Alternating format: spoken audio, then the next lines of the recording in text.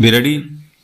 Start. Sir, taking up the other matters on which the President's address is being criticized, one criticism has been on the point that the prices have not been contained, that even though we have stated that the inflationary tendencies have been arrested, yet there is no ostensible evidence of the prices coming down in the market.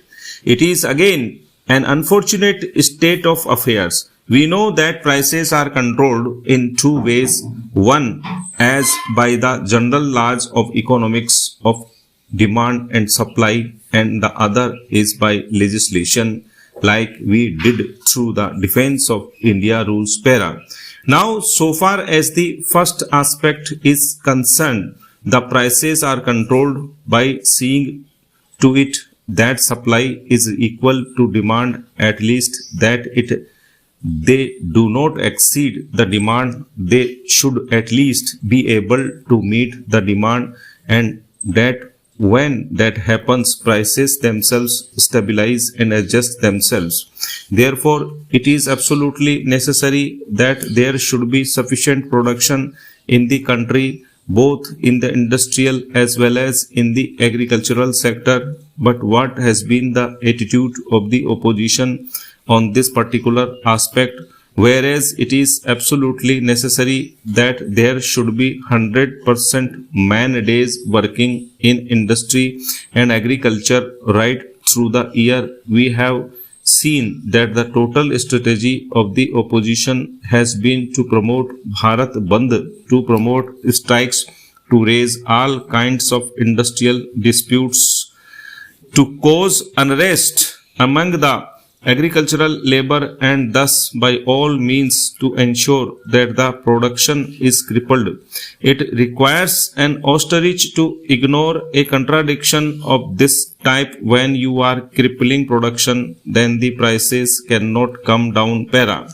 The other method of controlling prices is by the various legislation. It is a method still open to the government, and maybe if otherwise the prices cannot be contained, the other method may be used on some unforeseeable occasion.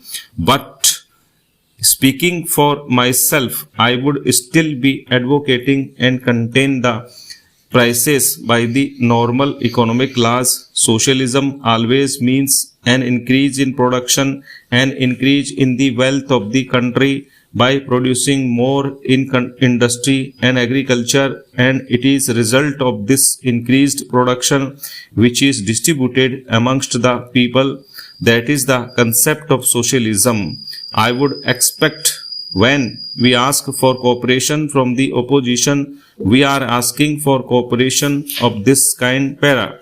The other point to which a reference has been made is about family planning. Family planning is another very vital aspect that has got to be considered by us. In the course of the last 50 years or so, our population has doubled. We very well know that we won more than 100 crore in number at the end of this century. Unless we can control population, it is not possible to raise the living standards or the per capita income of the country. We have made phenomenal gains in the course of these years, but unfortunately all these gains have been eaten away by the growing population. Accent has to be given, emphasis has to be laid on all programs that deal with family planning.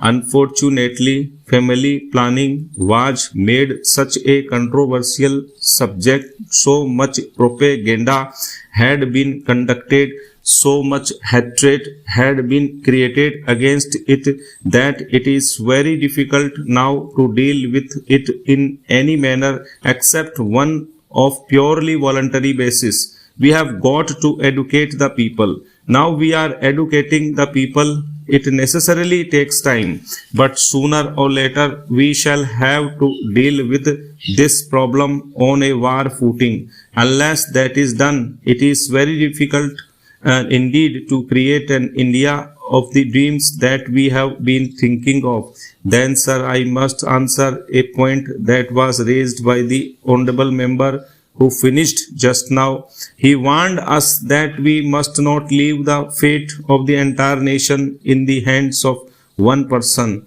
Sir, ours is thoroughly a democratic party. Our party is replete with very high grade intellectuals.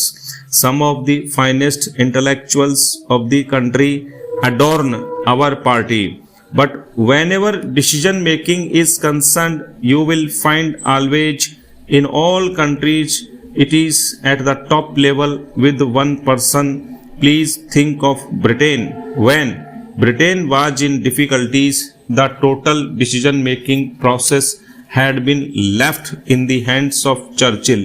He was advised by his cabinet, he was advised by his advisors, but the decision making process was in the hands of one man only, Pera.